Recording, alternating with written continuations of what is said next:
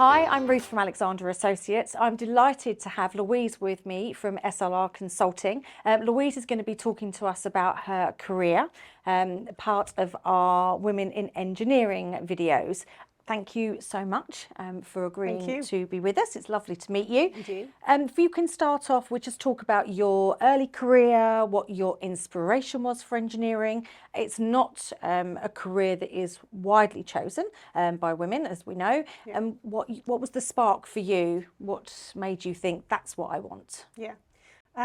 Well, I grew up in the countryside. I grew up on a farm, so Lovely. I've always liked working outdoors. Yeah. And my favourite subject was geography, etc. Yeah. I didn't get the A-levels I wanted. I wanted to do a degree in geography. Didn't get it, but I got a degree in geology and geography instead. Okay. Yeah. And I absolutely loved my degree. A lot of being outside.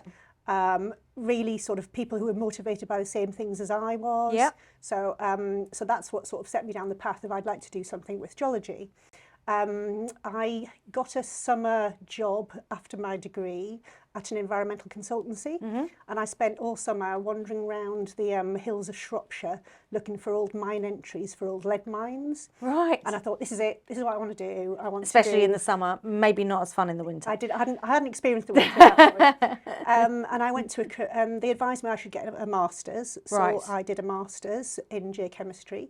And then straight after that, I went to a careers fair and I managed to land myself a job at an environmental consultancy. Right. So I have been working in contaminated land assessment for the last 29 years. Yeah. I absolutely love it. I can't imagine any different career. I really enjoy it. I think the best bit about it for me is when you start off with a client comes to you with a piece of land or a site that they want to buy, Yeah. or that they own, or they want to develop, or they're managing, and you know nothing about that piece of dirty, derelict land that looks really grotty. And you do the investigations, you research the history, you look at the potential for contamination, you do ground investigations, you take samples, you analyse the data, you work out what the problems are and what needs to be done to bring it back into a safe and beneficial space. Wow. So you take it through from a dirty piece of grotty land Yeah. into a beautiful, beneficial space. And I really love that process Yes. and the feeling that I'm sort of helping the environment, improving the environment. Yeah. That's so interesting. So you did geology, and then you said gave you the advice to go and do your master's. Who gave you the advice, go and do this next? Where did you? It was in my summer consultancy job. So it was when I was wandering around the hills of Shropshire. They said, if you want to get into consultancy, your best bet is to get a master's. Right. So that's what set me down that route. And most people that we recruit these days do have a master's. Right. So I think it's quite a common route into Yes. doing what we do. We find now a lot of people will do their degree and then straight on the back of their degree they do their masters, whereas traditionally it was you did your degree and then a few years later you might do your masters. But we're seeing it now happen more and more and more. That's and right. that's really beneficial, is it, when people go into, you can see how it really helped you when you had your masters, when you went in to get another job. I think so, yes. Yeah. It's another year of experience. Yeah. It's another year of being out in the field and learning something more. And, you know, it demonstrates you've got the credentials, you can write reports, you can do the analytical process. So, yeah, I think it's worthwhile. And the people that were inspiring you when you were walking around the hills of Shropshire, were you working male-dominated environment, or was it pretty much, actually there was a really good mixture? At that stage, it wasn't. It was my friend, a girlfriend, a female friend. We were the two people working there over the summer. Right. But everybody else was male, as far as I remember. But we all sort of mucked in together. You know, there was no sort of attitude that we were the young students. It was very much welcoming us in, and I think they knew they were onto a good one when they had people who were willing to just wander around in the countryside for months on end. Looking for mining. Yeah, exactly. Yeah. And so you finished your masters and you got your job, and then what happens? So I've not worked for many companies over my career. I've effectively worked for three different companies. Right. Started working in Leeds. I decided to move to London. So I spent the first part of my career doing a lot of field work, Right. A lot of managing ground investigations, designing ground investigations, supervising contractors on site, taking samples. As well as writing reports. So what kind of land are you looking at? Is this for people to develop with the buildings that we see around us? What kind of sites are you going to? It could be anything really. Right. Old landfill sites, Right. old gasworks that Yeah. there's a lot of old gasworks which have now been redeveloped for housing. So looking at the contaminants there and working Yeah. out what needs to be done to make sure there's no impact to groundwater, surface water, Yeah. or the environment, or people working or living on those sites. So any type of historical industry, brownfield, all brownfield land Yeah. really. Yeah, I guess people never really think about the ground that the buildings are built on. I think they just, No. oh, there's a building. Well, you know the Millennium Dome, we're not far from the Millennium Dome at Yes. the moment. That was built on an old gasworks. Right. So before that was built, there was a lot of works went into understanding the ground conditions there from a contamination point of view and making sure it was safe before you put the buildings on it. So you spent your time out on site, Yeah. and then what was next for your career? So I moved to London in '98 and I joined a new consultancy in '98. And I think these were sort of some of the highlights of my career, those early years working in that company. It was a lot of young people. There was I worked with a lot of women at my sort of grade and level and experience. So I was surrounded, but I didn't sort of think about it at the time, but I think they really were my role models. Yeah. They were, I wanted to be the same as them. They were all positive women, good at what they did, wanting to do the right thing. A nice team of women working together. A really good team, yeah. Our manager at the time, I think he was one of the main role models in my career. Right. He had an excellent attitude. He was all about doing the right thing and doing it well and enjoying your work while you did it. Yeah. So he really motivated and encouraged us, treated us all as one big team. And we didn't really lose staff. We just kept growing as a team because it was such a great place to work. Wow. And I think everything I learned from him in leading and managing people, that's what I try to do in my career now. What a testament to him. Yeah. He must have done something right. And we don't often hear when women talk about engineering about working with a group of women, that's so nice. So were there like 10 of you, 20 of you, kind of how many of you were all working together at that time? Oh gosh, the team probably was about 25 people at its biggest, and I think probably 50%, more than 50% were women probably. Incredible. Yeah. I don't think we realised at the time, I think where you're just getting on with your career and you're going into work every day, I actually don't think you even stopped to question the people working around you. No. I mean, I certainly never questioned that I was working in a really male-dominated environment. I just was like, wow, there aren't many women. This is very male-dominated, but then moved on very quickly. Yeah. You never stopped to think, you don't analyse it. You don't stop to think, oh, I wonder if this is going to affect the way that I work, or you just kind of get on with your job, don't you? Yeah. But when you look back, like you said, I look back and I realise actually now that of course these women were role models to me, and you would have been equally to them. Yeah. But you just don't realise at the time the impact of the environment you're working in and what it has on you. No, exactly. And, I talk to women these days starting off in their career and they talk about the lack of female role models in senior positions. And it's only sort of something that I've kind of really become an issue I've become aware of in more recent years. Yeah. Because certainly the early parts of my career were very sort of, there was a lot of strong women working in that environment. Brilliant. After I had my children, I came back to work 3 times a week, and that worked really well because I had that supportive environment. Yes. And there was a lot of us working part-time, and work made it happen around us. It was still very possible to do the site work, the office work around our working hours. And not that long after that, my best boss ever moved on to another job. Right. Now, a female colleague of mine, we decided to apply for that position, but we were both working 3 days a week, so we decided to apply for it in a joint way. So we put the case forward about how it would work jointly and how we could cover the role between us. And it was the first time they had appointed somebody sort of in a job share role to lead a team of people. That's amazing. And we got the role, and it worked brilliantly. We complemented each other, so we were definitely better than some of our parts. For instance, I'm a lot better at working early in the morning. Yeah. She was a lot better at working later in the evening. So it just worked so well. Yeah, she had a lot of attention to detail. I was more big picture. Yeah. So actually it worked very well between the two of us. And Yeah.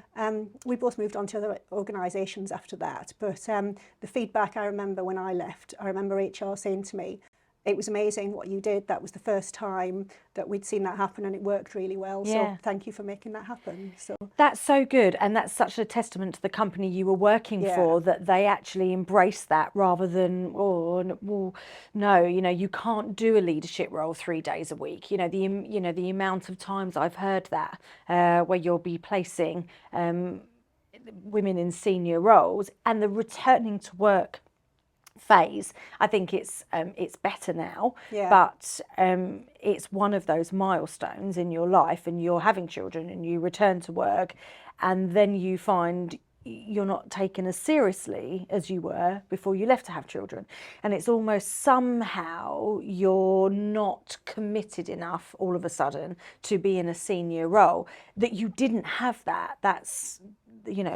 would have made such a massive difference. I mean, if every company could learn from that, that would just be amazing. Yeah. The difference it would make to women returning to work, especially in engineering in a male-dominated environment. Yeah. So many women choose not to go back to work, or if they do, they'll have a career change because they feel, well, I can't do that anymore because their commitment is questioned or whatever.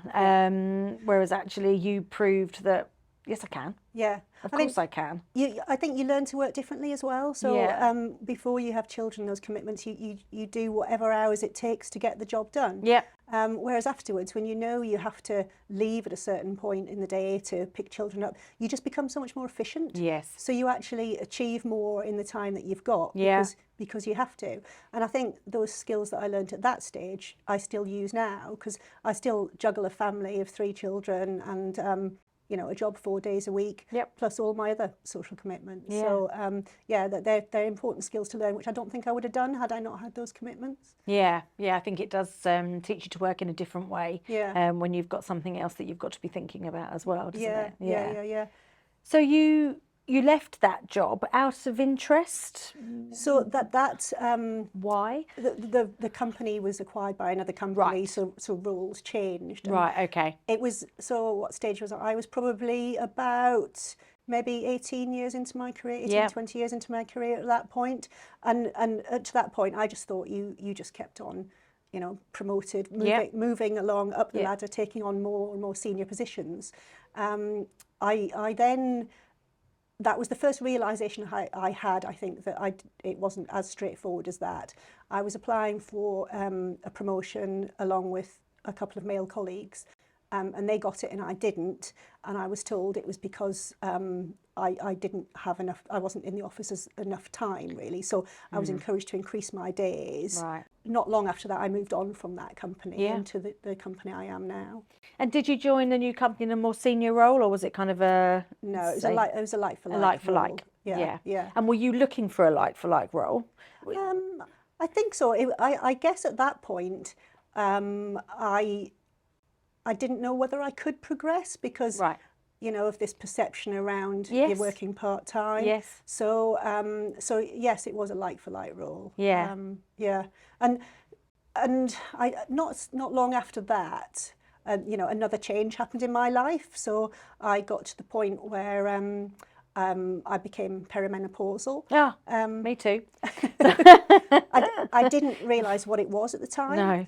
But there's no preparation for it. No preparation. No one whatsoever. talks about it. Nobody talks about it. And for me, it was, I remember my dad commenting that my mum got hot sweats. And that is all I could tell you about the menopause if you asked me 2 years ago. Now, I cannot believe the impact that it has had on my life in the last 2 years. Yeah. I would totally agree. Yeah. Everybody knows what pregnancy is and about having a baby and all of that, and you're fairly prepared for it. I think mothers talk about it as well. Yeah. But nobody talked about the menopause. Yeah. I have friends at home who are slightly older than I who were going through it, so I was aware it was a thing, but I still really didn't understand it. And from talking to lots of people, I think it's a process. You start having, there are about 30 different menopausal symptoms, and you start having individual symptoms, So to me, for me, one of them was stiffness. I was really stiff.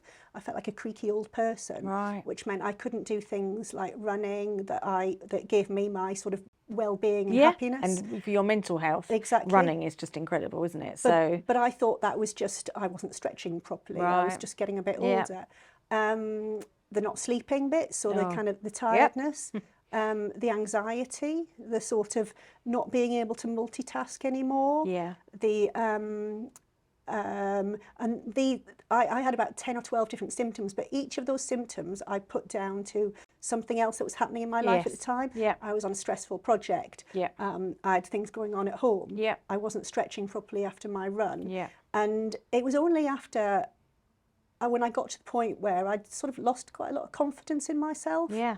And I remember I was going into a meeting with a lot of my peers who were all male peers, and I was worried that what if I say something stupid? What if they can all see through me that Yeah. I don't actually know how to do my job anymore? Yeah. And I think it was because they were all male, it made me sort of even more worried. Yeah. And somebody said to me, "Oh, why don't you have a chat with Sue? She's going through this as well. Have a chat with her." And that was the first time I spoke to somebody at work about it, and they sort of said, "Oh, why don't you talk to your colleagues about it, about how you feel, you know, if you feel up for it?" So I did. I spoke to a few of my male colleagues, and it was amazing because they all said, "Oh, my wife's going through that." Right. And, "Oh, yeah, I know what you mean. Oh, she can't sleep either. Oh, it's a nightmare, isn't Yeah. it?" Yeah. All of a sudden, I Yes. felt, oh, permission to be open about this. Yes. And I also got myself a group of sort of colleagues at work in other parts of the business, because there's no women of my age in Yep. my part of the business. Yeah. So there was nobody else that I could particularly talk to on a daily Yes. basis. Yeah. So I found other women in other parts of the business who were going through the same. And once we started talking regularly, it all clicked. We Yeah. all just went, "This is what it is. It's the Yeah. menopause." Yeah. Yeah. And we all really supported each other, encouraged each That's other. so good. When I started going through symptoms, we were going through a change in the business where I was moving away slightly from, I've always been a recruitment consultant, and that's always almost how I validated myself, is I was very good at my job. You know, I worked with some of the best consultants, best contractors, and I always got them the best jobs, and that was my job satisfaction, and that's how I validated myself and how I was seen in the business, that I was very, very good at my job.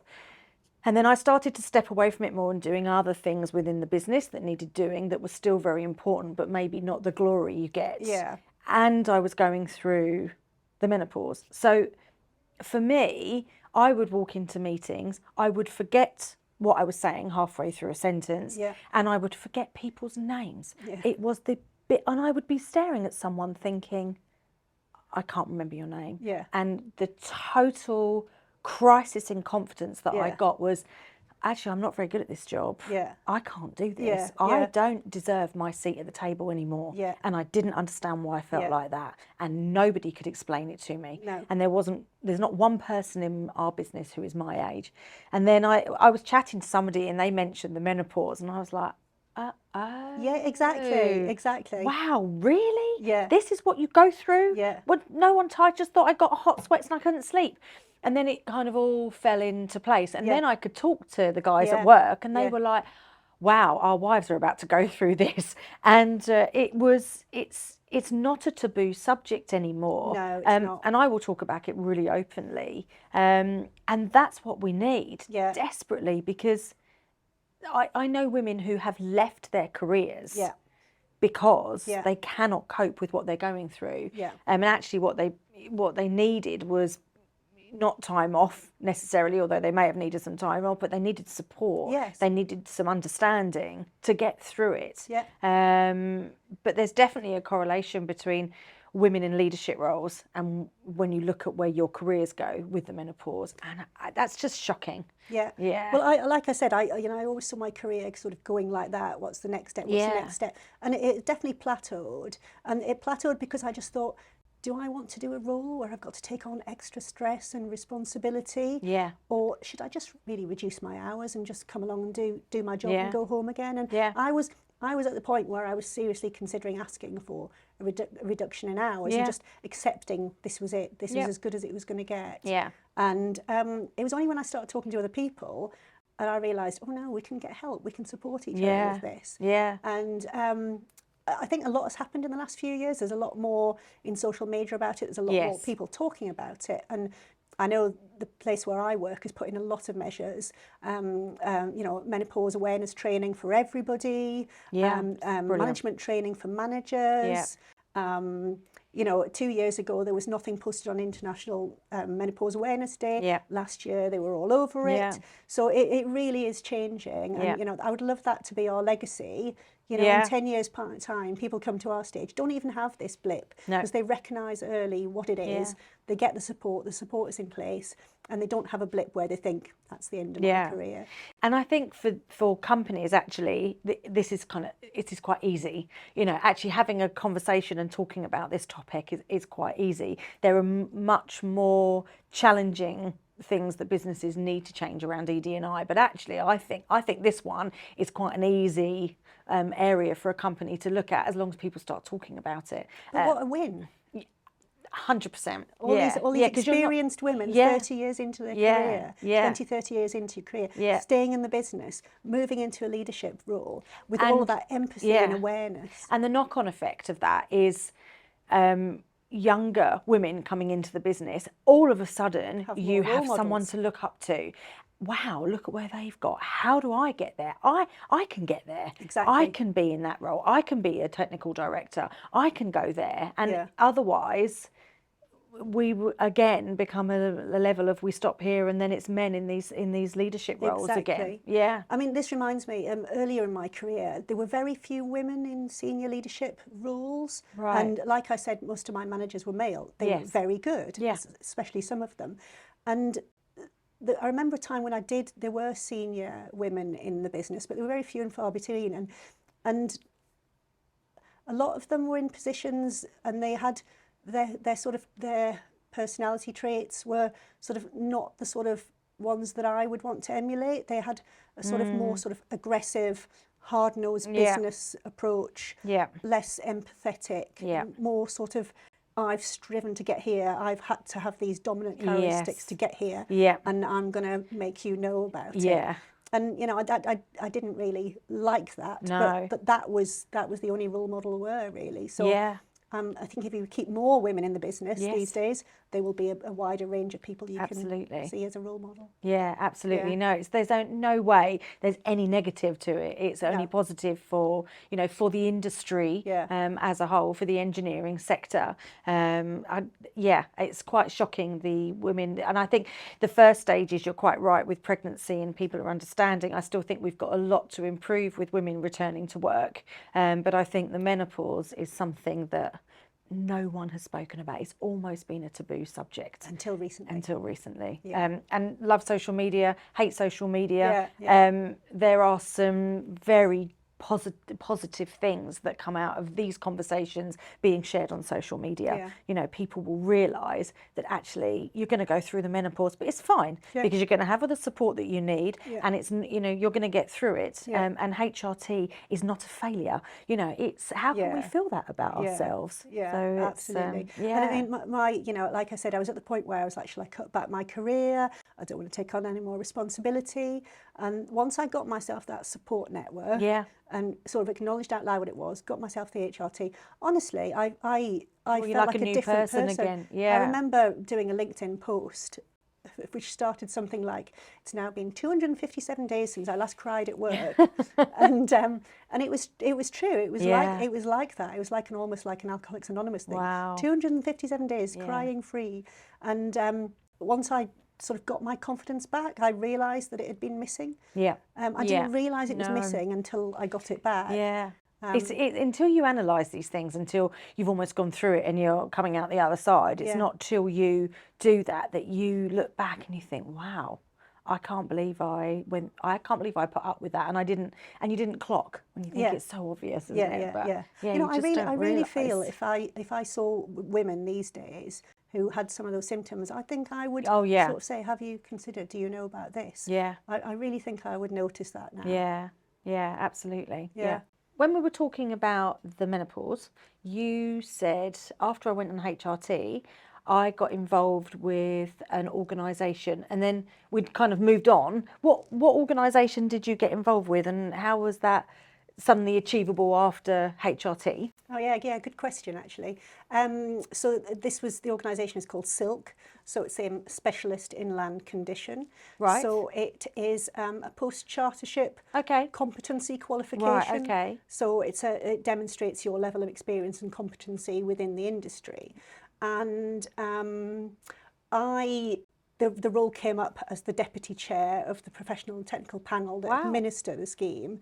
And I thought about it, and I thought, prior to having HRT, I would never have gone anywhere near that. That's far too scary. Right. After that, I had the confidence to apply for it. Amazing. And I applied for it and I got it. That's incredible. So I've been doing that over the last year now, with a view to taking on the chair in a year's time. Oh, how exciting. Yeah, and it's brilliant. I really, really enjoy it. Yeah. I'm learning a lot of skills. I'm interacting with a lot of professionals, a lot of women who are working Yeah. in our industry, people who are very senior in our industry. It's full of energy. It's a great thing to be doing. Silk has been around for sort of 20 plus years, Yep. but it's historically been sort of a lot of men and women who are Silks, but sort of, I guess, championed and dominated by sort of more senior, older men within our industry. Right. So Okay. when I joined, myself and the current chair, Tom, we have been working quite hard to increase diversity within Silk. Yeah. We've now got an ED&I subcommittee who look at everything we do, looking at ways to improve diversity within our network, and also increase the membership and Yeah. demonstrate more value of being a Silk. So that's about being seen and being out there, writing Yeah. articles, doing webinars, giving conferences, etc. So Yeah. demonstrating the value of it, and I'm loving it, and it's adding extra skills to my experience. Chairing meetings, engaging volunteers, And those kind of etc. things actually are, I might sit here and do interviews, but I am not a public speaker. You put me in front of a group of people and I absolutely freeze up. And especially going through the menopause, Yeah. because I'll forget things. So yeah, I can imagine thinking about taking on something like that, Yeah. especially in a kind of, these institutions are very male dominated. Yeah. That kind of environment would have been, Yeah. so difficult. But Yeah. that's amazing that I you've don't got think the it's confidence something- to do that. Yeah, now. no, I don't think it's something I would have applied for 18 months, 2 Yeah. years ago. Yeah.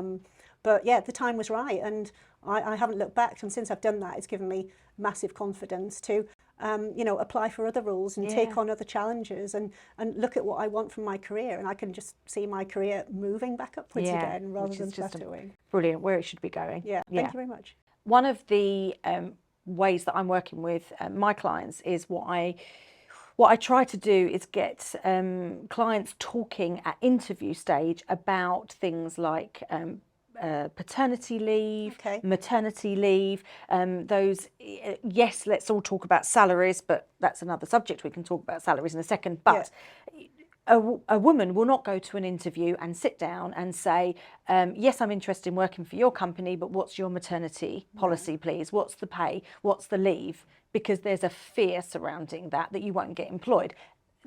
Have you found that at all? I don't think anybody has ever asked me that question in an interview. And I remember a couple of jobs ago, before I had children, I was applying for a new role, and I remember saying to my husband, "Oh, shall I find out what the maternity policy is?" And he was like, "Oh no, don't ask for that." And I've always kept that with me as, "Oh, that's something we shouldn't talk about." So no, I mean, we talk about the overall benefits package in, we talk about holiday, we talk about bonuses, we talk about car allowances, but we never talk about that. People never ask the question, we never talk about it in interview either. I'm always amazed that I'm not asked the question more as a recruiter, well, what is the company's, maternity benefits? Because you're not saying I'm having a child next week, but you're saying at some point while I'm working for this company, I might consider this, and I'd really like to know what their policy is. And it does also say a lot about the kind of company that you're going to be working for. So because people don't want to talk about it, I'm trying to encourage the conversation so that people don't have to think about it. It's just part of the Yeah. interview process. Yeah. So that, because how can you make a judgment about your career Yeah. if you don't know, if you're going to be with this company 10, 20 years? We interviewed somebody today who's been with the business that she works in for 23 years. Yeah. Now, it didn't occur to her when she was 17 to Yeah. ask them what their maternity Yeah. package was, but you're making a decision about your career, and at some point in your life you might have children. I just think it's such an important subject that people don't talk about. Yeah, I because think they're that's too scared. I think that's a good point. And I don't think it's that we've ever been told don't talk about those sorts of things when Yeah. you're interviewing people. But it's just something we've never routinely done. Yeah. I think possibly from my experience of don't ask them about the maternity policy. Yeah.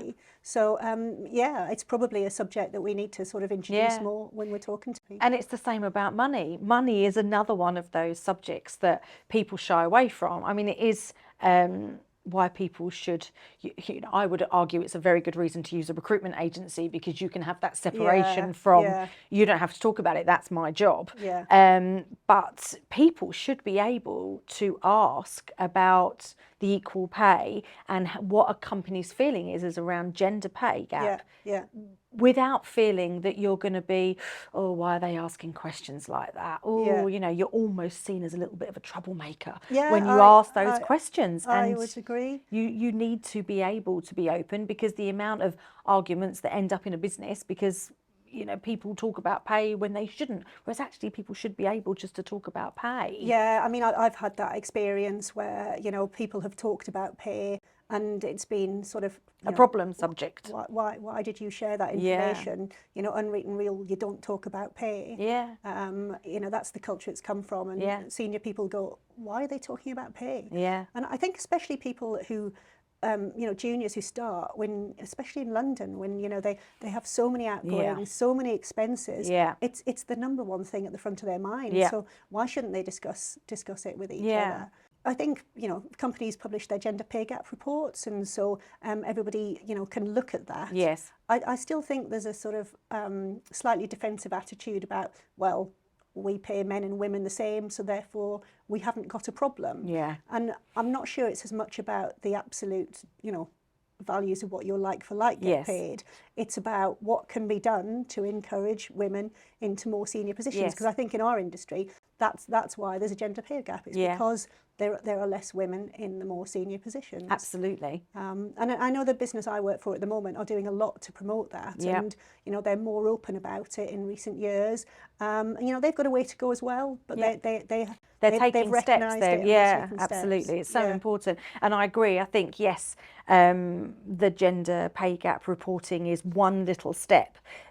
But it's more about the conversation it opens up. It's Yeah. more about, okay, well, actually, we have this pay gap because we have this huge gap Yes. of women in leadership roles. Yes. It's not just about Yeah. reporting pay, it's looking at the organisation, Yeah. about who have you got working in your business, who are in the senior roles, Yeah. who are in the leadership roles. So Yeah. I think it's getting the conversation started and companies making some changes so you get more women in leadership roles. Yeah, completely agree. And Yeah. I think like all of these things, like the menopause, like this, we are seeing progress in the Yeah. last few years. So it's not a bad time to come into engineering as a woman, is it? No, not at all. I think it's really exciting, and now I think what I you know, my daughter is 23, and I have raised her to, you can be anything you want to be. Yeah. You can do any job that you want to do. Yeah. Yes, you've got to work hard, and you've got to have, you know, of course you have to work hard at anything you do, but you